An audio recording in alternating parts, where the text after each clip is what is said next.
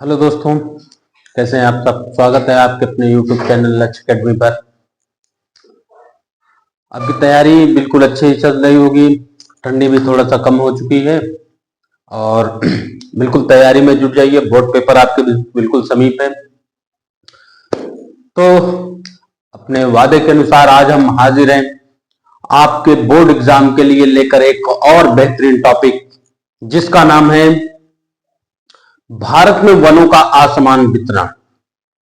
हम इस पर आज चर्चा करेंगे, इसके बारे में समझेंगे कि असमान वितरण क्या है, राष्ट्रीय वन नीति आई कब आई, और ये जो टॉपिक है आपके सामाजिक विज्ञान वाले चैप्टर सामाजिक विज्ञान से संबंधित है, बहुत ही इंपॉर्टेंट है। कई बार क्वेश्चन पूछे गए हैं, हो सकता है एमसीक्यू क्वेश्चन पूछ ले, दीर्घ उत्तरीय भी क्वेश्चन पूछ ले, क्योंकि कई बार क्वेश्चन पूछे जा चुके हैं इस वाले टॉपिक से। कई बार तो यही प्रश्न आया कि भारतीय वनों का असमान वितरण आप समझाइए या संक्षेप में इसके बारे में लिखिए। तो आज हम इसी पर चर्चा करने वाले हैं और चलिए फिर शुरू करते हैं। भारतीय वनों का असमान वितरण 1901 की अगर हम बात करें, जब उसमें देखा गया 1901 में, तो पाया गया कि जो भारत में वन क्षेत्र है, जंगल फॉरेस्ट, वो उस समय यानी 1901 में 2,40,000 वर्ग किलोमीटर था। उस समय की बात कर रहे हैं 1901 में 2,40,000 वर्ग किलोमीटर उस समय था। लेकिन कहा जाता है कि जनसंख्या वृद्धि किसी भी देश के लिए बहुत ज्यादा हानिकारक होती है, फिर वो चाहे आर्थिक रूप से हो, सामाजिक रूप से हो, मानसिक रूप से हो, हर तरीके से वो लोगों के लिए हानिकारक सिद्ध होती है। और इसका जो प्रत्यक्ष प्रमाण है वो आपको अभी यहां पर देखने को मिलेगा। जनसंख्या में लगातार वृद्धि हुई। अब जब जनसंख्या में वृद्धि होगी तो लोग आवास के चक्कर में जंगलों को काटेंगे, जंगलों में जाकर आवास बनाएंगे, वहां रहेंगे। और जब आवास की समस्या आती है जनसंख्या को देखते हुए, तो खाने पीने की भी समस्या होगी। और इस समस्या से निजात पाने के लिए लोगों ने जंगलों को काटकर खेती करना प्रारंभ किया। और यही कारण रहा कि जब 1952 में राष्ट्रीय वन नीति बनी, अब यहां पर एक क्वेश्चन आपको मिल सकता है, चाहे वो एमसीक्यू टाइप ही क्यों ना हो। क्वेश्चन क्या होगा कि राष्ट्रीय वन नीति कब आई। तो ध्यान दीजिएगा कि राष्ट्रीय वन नीति जो आई वो 1952 में आई। कब आई थी? 1952 में राष्ट्रीय वन नीति आई। और इस नीति के अनुसार कहा गया कि जो पृथ्वी है, पृथ्वी के 35% भाग पर वन होने चाहिए। कितने भाग पर? 35%। पृथ्वी के 33% भाग पर वन हो, जंगल हो, बाकी आप जो भी क्षेत्र बचते हैं उस पर आप अपना आवास निवास स्थान बनाकर रह सकते हो। इसी राष्ट्रीय वन नीति में बताया गया कि पहाड़ी भागों में 60% वन होने चाहिए। कितने परसेंट? 60%। ठीक है।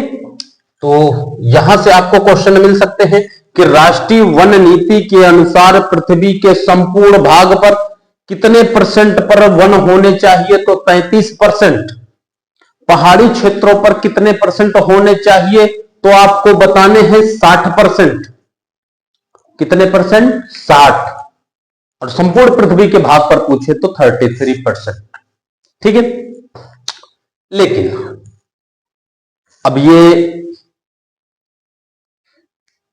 आप ये समझिए कि जनसंख्या वृद्धि हुई, जनसंख्या वृद्धि के बाद अच्छा ये सारी चीजें जो है ना जनसंख्या वृद्धि के ऊपर निर्भर, जनसंख्या वृद्धि, जनसंख्या लगातार बढ़ती गई, जंगलों का संकुचन होता गया, कम होते गए, घटते गए, लोग काटते गए, खेत बनाते गए, खेती करना प्रारंभ किया, आवास बनाना शुरू किया, रहना शुरू किया, और ये घट गया। और घटकर जब 2011 में 11 की रिपोर्ट आई तो पता चला कि वन क्षेत्र घटकर कितने हो गए, 6,92,027 वर्ग किलोमीटर, महज इतना बचा।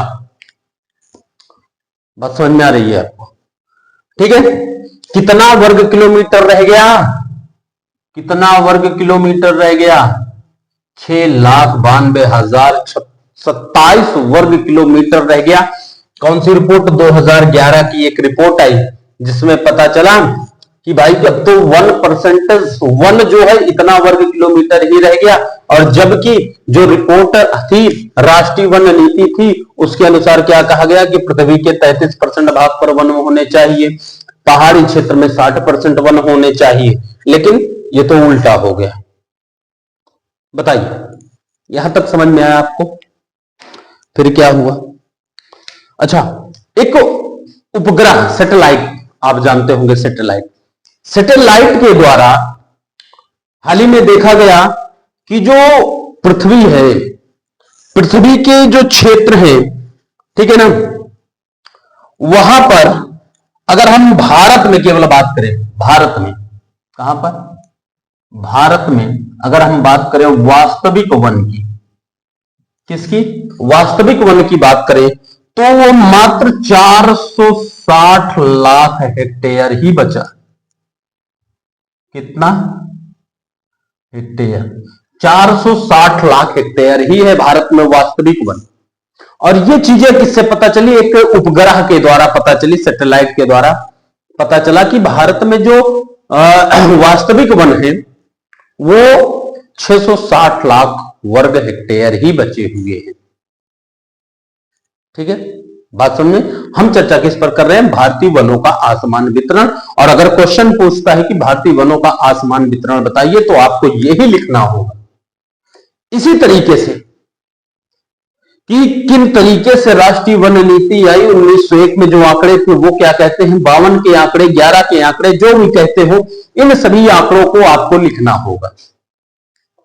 ठीक है, आगे बढ़ते हैं हम इसी क्रम में। तो भारत में जो वास्तविक है वन है वो 460 लाख हेक्टेयर ही बच गए हैं। ठीक है, अब देखिए, अभी अगर हम बात करें तो भारत में वास्तविक वन कितने हैं? भारत में वास्तविक वन कितने परसेंट है? 21.71%। वास्तविक वन कितने परसेंट है? 21.71% वास्तविक वन बचे। भारत की बात कर रहे हैं। सघन वन की बात करें तो सघन वन महज 9.3%, 9.3% ही बचा हुआ है सघन वन भारत में।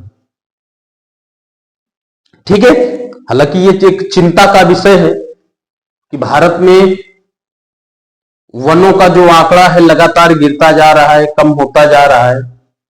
हमें और वृक्षारोपण भी करने चाहिए ताकि जो हमारा पर्यावरण है वो बेहतरीन बना रहे, शुद्ध हो और लोग कम से कम बीमार हों, अच्छे से एक स्वच्छ हवा में वो सांस लें। ये हमारा एक व्यक्तिगत दायित्व होना चाहिए। हालांकि चिंता का विषय तो है ही। ठीक है, तो भारत में वास्तविक वन 21.71%, सघन वन 9.3% है। ठीक है, और इसीलिए भारत में जो वनों का वितरण है वो असमान माना जाता है। ये प्रमुख कारण है। ठीक है, इसीलिए क्या है कि वनों का जो वितरण है वो क्या है? असमान है।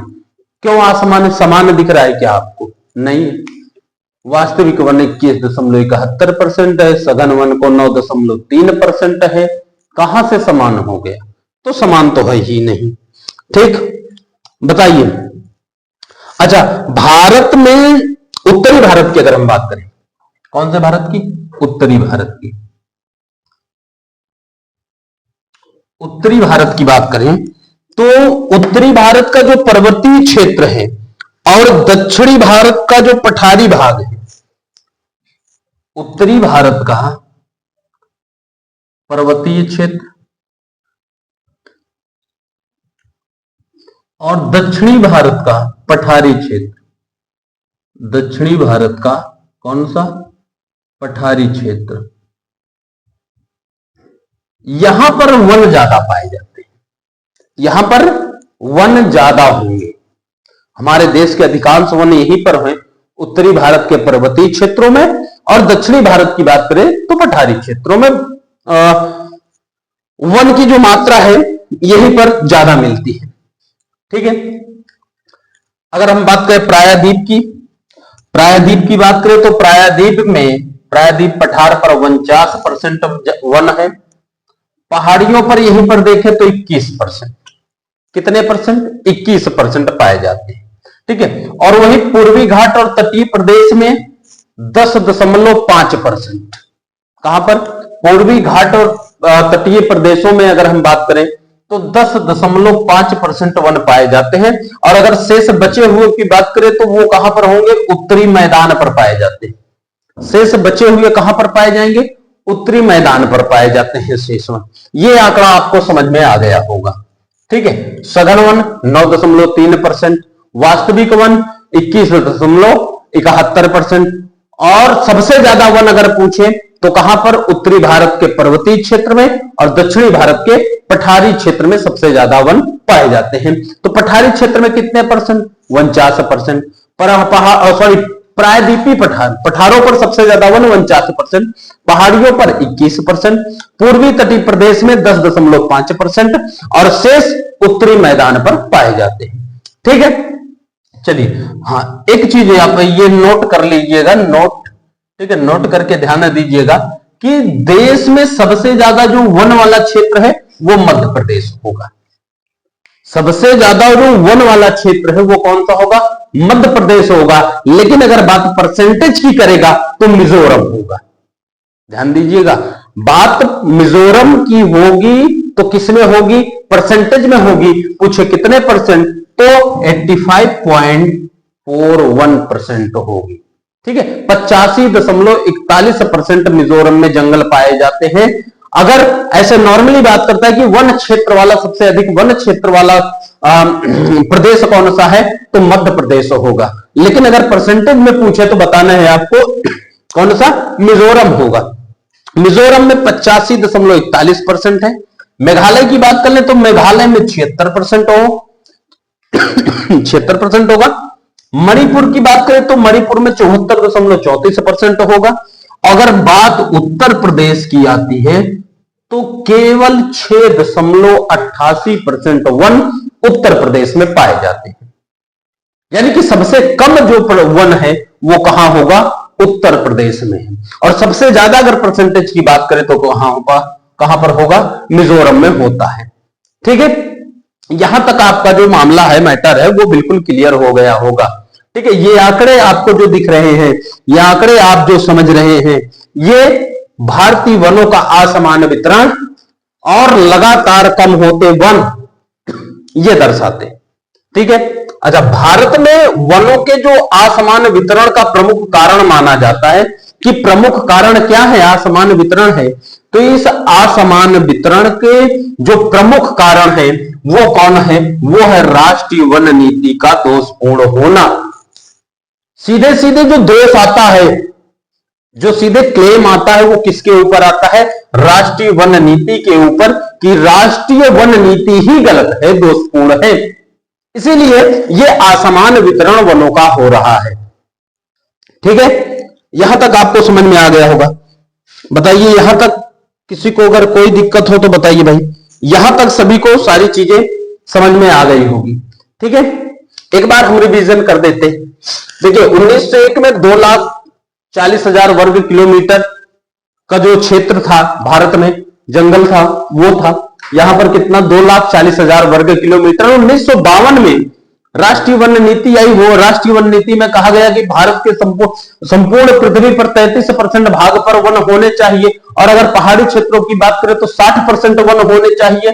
ठीक है, लेकिन 2011 में एक रिपोर्ट आती है जिसके अनुसार पता चलता है कि भाई यहां का वन क्षेत्र घटकर 6,92,027 वर्ग किलोमीटर ही रह गया है।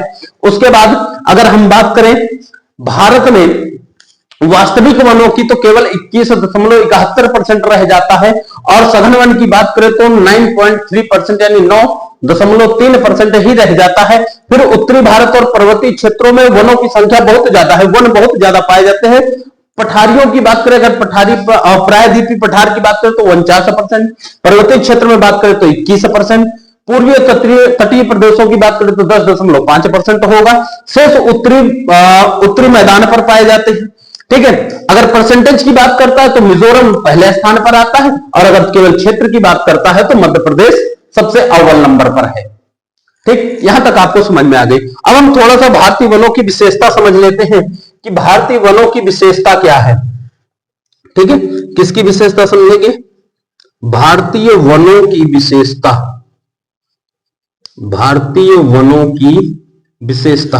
इसमें जो आपका पहला पॉइंट निकल कर आता है कि भाई भारत के वन हैं, इनकी विशेषता भी तो कुछ होगी, क्योंकि हर जगह के वन हैं तो हर जगह के वन में कुछ ना कुछ विशेषता होती है। तो भारत के जो वन है उनकी क्या विशेषता पाई जाती है? ठीक है, तो भारत में जलवायु विभिन्नता के कारण वन पाए जाते। पहली चीज तो ये समझिए। ठीक है, किसके कारण? जलवायु विभिन्नता के कारण वन पाए जाते हैं, पाए जाते हैं। ठीक है, किसके कारण? जलवायु विभिन्नता के कारण। यहां पर जलवायु विभिन्नता के कारण वन पाए जाएंगे। ठीक है, यानी कि जलवायु के परिवर्तन के कारण ही यहां पर भारत में क्या होंगे? वन पाए जाएंगे। ठीक, बात समझ में आ गई? बोलिए। यहां पर आपको मरुस्थलीय कटीले वन मिलेंगे। कैसे? मरुस्थलीय कटीले वन मिल जाएंगे आपको। ठीक है, कहां पे मिलेंगे? भारत में ही मिलेंगे, मरुस्थलीय कटीले वन मिलेंगे। ठीक है, वनस्पति वन मिल जाएंगे, वनस्पति वन मिलते हैं। ठीक, ये पहला पॉइंट हो गया आपका।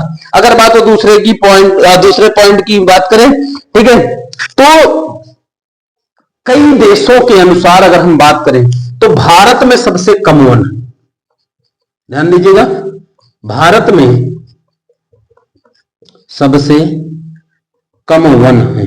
वन परसेंटेज की अगर हम बात करें तो भारत में कितना है? सबसे कम। कितने भाग पर? 24.62%। 24.62% भाग पर वन है। ठीक है, कितने? 24.62% भाग पर ही भारत में वन पाए जाते हैं। ठीक, बाकी में बहुत ज्यादा है। जैसे अगर हम एग्जाम्पल की बात करें तो एग्जाम्पल में हम जापान को ले लेते हैं। जापान में 68.8%। जापान में कितना है?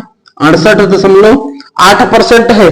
अगर वहीं हम एक दूसरे देश की बात करें, अगर हम कर लेते हैं कोरिया की बात करें, ठीक है, तो कोरिया में जो परसेंटेज होगा 77.2% होता है। ठीक है, तो 2021 वन स्थिति रिपोर्ट, ध्यान दीजिएगा, कौन? वन स्थिति रिपोर्ट 2021 के अनुसार भारत में वनों का जो क्षेत्र है वो कितने परसेंट है? 24.62%। किसके अनुसार? राष्ट्रीय वन स्थिति रिपोर्ट, वन स्थिति रिपोर्ट 2021 के अनुसार भारत में वन कितने परसेंट है?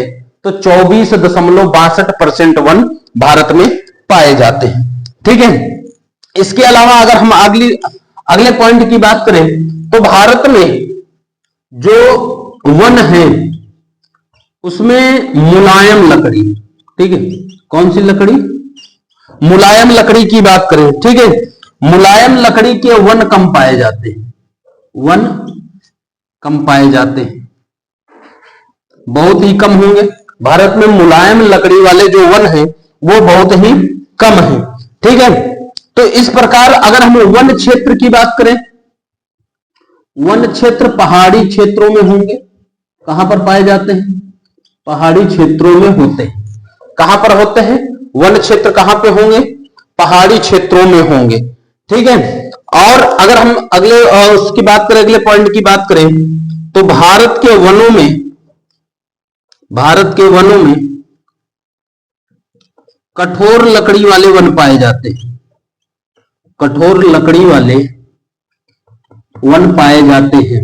ठीक है, अच्छा, जिनका आर्थिक महत्व भी है, इनका आर्थिक महत्व भी होता है। आर्थिक महत्व कैसे? भाई कठोर लकड़ी है तो इनका हम फर्नीचर बनाने में उपयोग करते हैं। क्या बनाने में? फर्नीचर बनाने में, या आप मकान से संबंधित कोई भी चीज बनाने में इनका उपयोग किया जाता है। ठीक है, बात समझ में आ रही है? तो ये रहा हमारा भारतीय वनों का असमान वितरण और भारतीय वनों की विशेषता। तो भारतीय वनों की विशेषता में हमने 1, 2, 3 और ये 4 पॉइंट बताए आपको। अगर आपको आपके पेपर में, आपके क्वेश्चन में इस तरीके से प्रश्न आता है कि भारतीय वनों की विशेषता बताइए, तो आप ये 4 पॉइंट लिख सकते हैं। ठीक है, अगर आपसे पूछता है कि भारतीय वनों का असमान वितरण बताइए, तो आप भारतीय वनों का असमानीय वितरण आराम से लिख सकते हो। ठीक है, और आप अच्छे से अच्छा नंबर इन चीजों को लिखने के बाद प्राप्त कर सकते हो। ठीक है, और हमें आशा ही नहीं, पूर्ण भरोसा है, पूर्ण विश्वास है कि आप अपने बोर्ड पेपर में बहुत ही अच्छा करेंगे। ठीक है, अगर आप चैनल पर नए हैं तो इस चैनल को सब्सक्राइब करिए। ठीक है, और वीडियो कैसा लगा जरूर बताइएगा। तब तक के लिए जय।